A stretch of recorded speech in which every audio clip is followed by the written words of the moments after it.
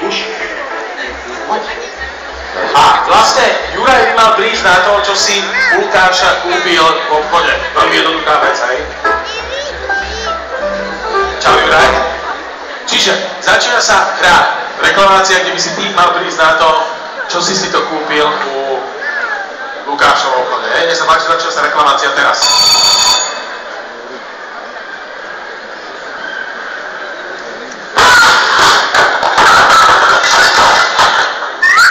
Čau.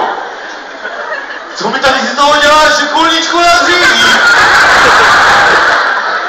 No je to drzost, to je viem. Vykulete, vyvážite me. Na výpadě přijde ještě jednou, jo? Nebudem piť ten alkohol. Jakej? Dobre, to je má skúška bola prvotná, ale evidentne to nezabral. No, počúvaj ma. Co je? Dobre. Škrípe mi to v zuboch. Není možný. Škrípe mi to v zuboch. A co s tím dělal? Priložil som si to do úst. A pak? A potom som to položil na zem. Tam to bolo v kľude. No? Nič nezaberá, evidentne nič nezaberá. No jako to?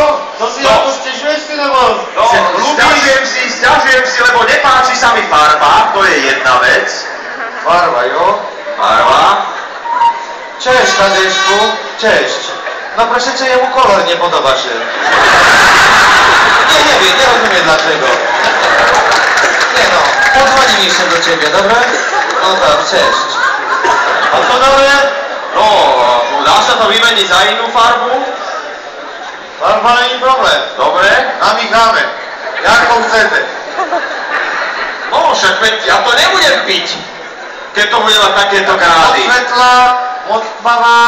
Jaká barva? Je moc tmavá. A má být svetlejší, jo? Áno. Rozředíme. V pohodě.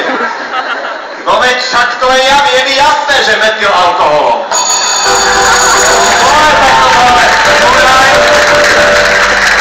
Dobre, toto bolo Kulnička na dříví a hned som sa prezradil. No, vidíš to. Dobre, Juraj, urobíme taký test ešte raz tam, môžeme to za to a vymyslíme si niečo iné.